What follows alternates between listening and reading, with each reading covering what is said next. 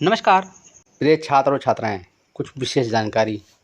ये जो वीडियो आपको एक ही पैसेज पर 5 वीडियो दी गई है और इसमें 5 स्पीड है, 80 की, 100 की, 120 की, 140 की, 160 की।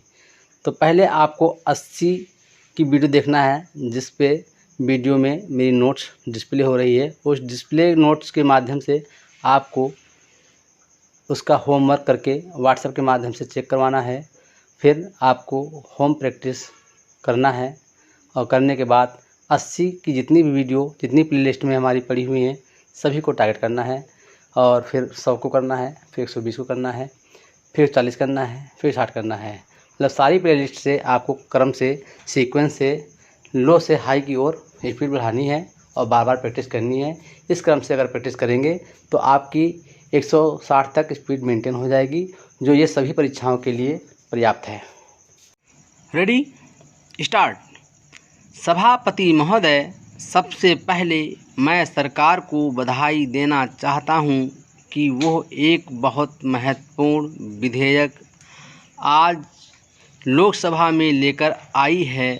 जैसे पहले वक्ताओं ने बोला, मैं समझता हूं कि यह विधेयक एक प्रकार की क्रांति पूरे देश और समाज में लाने की क्षमता रखता है। इस प्रकार का विधेयक सूचना का अधिकार दुनिया भर के लगभग 14 देशों में लागू है। पिछली सरकार ने 15 जुलाई 2000 को लोकसभा में सूचना की आज़ादी का बिल पेश किया था।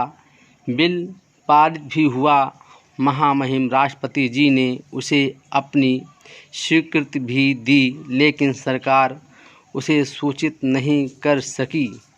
लेकिन यह कांग्रेस सरकार जो बिल लेकर आई है, इसमें प्रावधान है कि 120 दिन के अंदर अंदर बिल लागू होगा और इस बिल का फ़ायदा इस देश की आम जनता उठा सकेगी।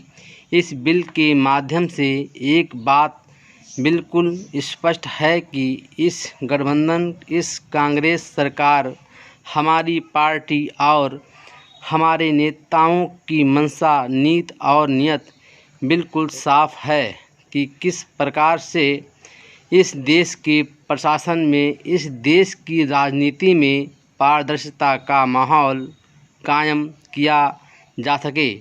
और मुझे यह कहते हुए फ़ख्र है कि हमारी सरकार 1 साल पूरा होने से पहले ही इतना महत्वपूर्ण बिल लेकर इस सदन में आई है।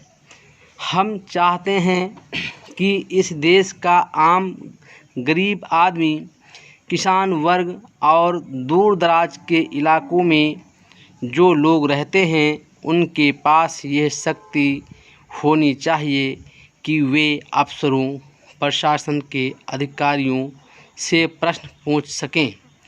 उनमें इस बात की क्षमता हो कि वे अपने अधिकारों के माध्यम से जान सकें कि उनके हित के लिए कितनी नीतियां बनाई गई हैं, क्या क्या योजनाएं बनाई गई हैं और वो पैसा किस प्रकार से खर्च हो रहा है तथा वे योजनाएं किस प्रकार से लागू हो रही हैं।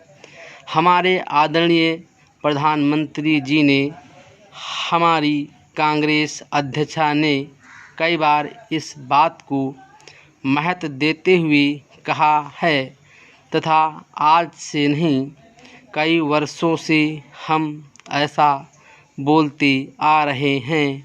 इस पार्टी और इस कांग्रेस सरकार की अगर प्रतिबद्धता है, अगर हमारी धारणा, हमारी सोच और हमारी मानसिकता है, तो इस देश के गरीब और किसान वर्ग के लिए है कि कैसे हम उन लोगों को सशक्त बना सकते हैं। हमारा समय इस बात में बीतता है और हम इस सरकार को कैसे पारदर्शक बना सकें और इस सरकार की जवाबदेही और जिम्मेदारी पूरे देश भर के अफसरों के साथ हम बांट सकें। महोदय, मुझे ये कहते हुए बहुत फ़ख्र है, इसमें प्रावधान है कि जो गरीबी रेखा से नीचे रहने वाले लोग हैं, जो परिवार है, उनको मुफ्त में यह जानकारी उपलब्ध कराई जाएगी। यह भी इस विधेयक का बहुत महत्वपूर्ण हिस्सा है। जिस प्रकार से अफसरों पर इस बात का प्रतिबंध लगाया गया है कि अगर वे अपने आप सूचना नहीं देंगे तो 250 रुपये प्रतिदिन उस अफसर को अपनी जेब से जुर्माना देना पड़ेगा। और इस विधेयक का बहुत महत्वपूर्ण कदम है। उपाध्यक्ष महोदय, हमारे देश में सरकारें आती हैं और चली जाती हैं, लेकिन हमारी जो प्रशासनिक व्यवस्था है उसमें अफसरशाही से काम करने वाले पदाधिकारियों पर यह दबाव बनेगा कि जनता के सामने अपने कामों को लेकर आएं, और अगर कहीं पर कोई खमियां या गड़बड़ियां पाई जाए तो उनको देश के सामने लेकर आएं। इससे अफसरशाहों पर दबाव बनेगा। मैं समझता हूं कि यह काम सिर्फ किसी सरकार का नहीं है, पूरे देश में पारदर्शिता लाने के लिए सरकार और समाज दोनों को मिलकर काम करना चाहिए।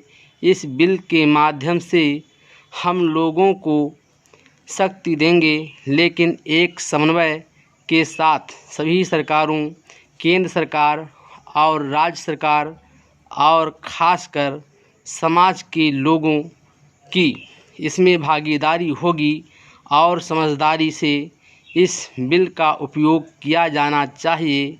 महोदय, मैं आपकी अनुमति से यहाँ एक उदाहरण देना चाहता हूँ।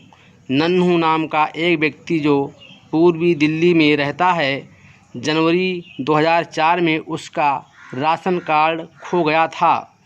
वो गरीबी रेखा से नीचे जीवन यापन करने वाला व्यक्ति है। सरकार का कानून है कि यदि किसी का राशन कार्ड खो जाए तो उसे 15 दिन के अंदर नया राशन कार्ड बनाकर दिया जाएगा। लेकिन उस गरीब फटे पुराने कपड़ों वाले आदमी को दर दर की ठोकरें खाते खाते 3 माह बीत गए। किसी ने उसकी बात नहीं सुनी। उसने सूचना का अधिकार के लिए आवेदन किया और यह जानकारी मांगी कि कौन अधिकारी है और इस काम में अब तक कितनी प्रगति हुई है। मैं आपको बताना चाहता हूँ कि चौथे दिन ही फूड इंस्पेक्टर उस व्यक्ति के घर आया और नन्हू को राशन कार्ड देते हुए बोला कि हमसे जो विलम्ब हुआ है उसके लिए माफ़ कर दीजिए, आगे से ऐसा नहीं होगा।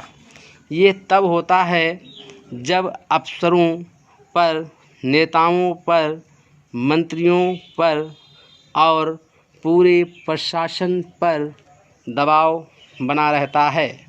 ये एक बहुत ही महत्वपूर्ण बिल है। Full stop.